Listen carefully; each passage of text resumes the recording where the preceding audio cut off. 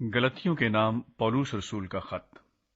दूसरा बाब, पौलुस और दीगर रसूल। आखिर 14 बरस के बाद मैं बरनबास के साथ फिर यरूशलेम को गया और तीतस को भी साथ ले गया, और मेरा जाना मुकाशवा के मुताबिक हुआ, और जिस खुशखबरी की गैर कौमों में मुनादी करता हूँ वो उनसे बयान की, मगर तन्हाई में उन्हीं लोगों से जो कुछ समझे जाते थे, ता ऐसा न हो कि मेरी इस वक्त की या अगली दौड़ धूप बेफायदा जाए।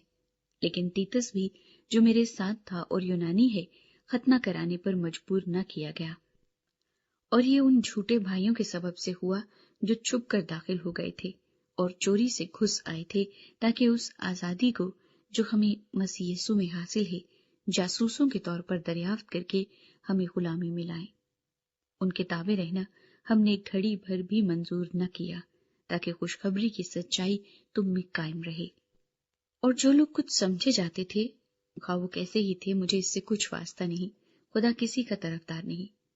उनसे जो कुछ समझे जाते थे मुझे कुछ हासिल ना हुआ,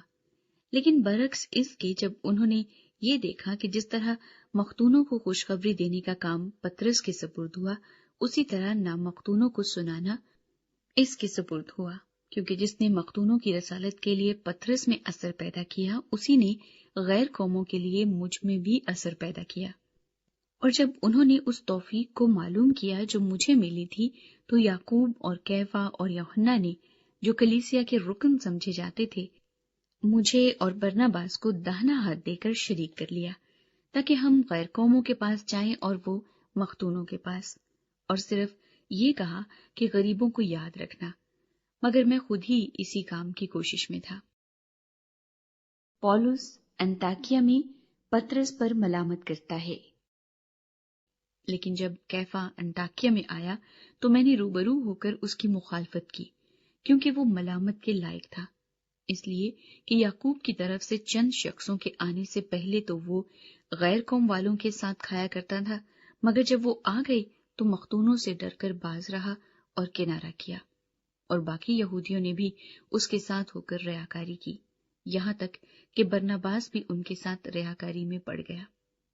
जब मैंने देखा कि वो खुशखबरी की सच्चाई के मुआफिक सीधी चाल नहीं चलते, तो मैंने सबके सामने कैफा से कहा कि जब तू बावजूद यहूदी होने के गैर कौमों की तरह जिंदगी गुजारता है, ना कि यहूदियों की तरह, तो गैर कौमों को यहूदियों की तरह चलने पर क्यों मजबूर करता है?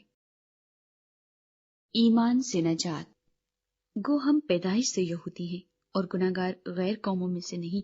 तो भी ये जानकर कि आदमी शरीयत के आमाल से नहीं बल्कि सिर्फ यीशु मसीह पर ईमान लाने से राज़बाज़ ठहरता है, खुद भी मसीह यीशु पर ईमान लाए, ताकि हम मसीह पर ईमान लाने से राज़बाज़ ठहरें, न कि शरीयत के आमाल से, क्योंकि शरीयत के आमाल से कोई बशर राज़बाज़ न ठहरेगा।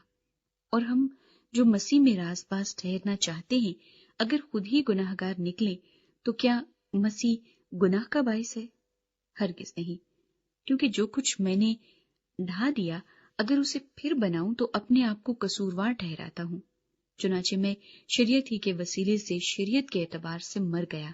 ताकि खुदा के एतबार से जिंदा हो जाऊं। मैं मसीह के साथ मसलूब हुआ हूं, और अब मैं जिंदा न रहा बल्कि मसीह मुझ में जिंदा है, और मैं जो अब जिस्म में जिंदगी गुजारता हूं तो खुदा के बेटे पर ईमान लाने से गुजारता हूं, जिसने मुझसे मोहब्बत रखी और अपने आप को मेरे लिए मौत के हवाले कर दिया। मैं खुदा के फजल को बेकार नहीं करता, क्योंकि रास्तबाजी अगर शरीयत के वसीले से मिलती तो मसीह का मरना अबस होता।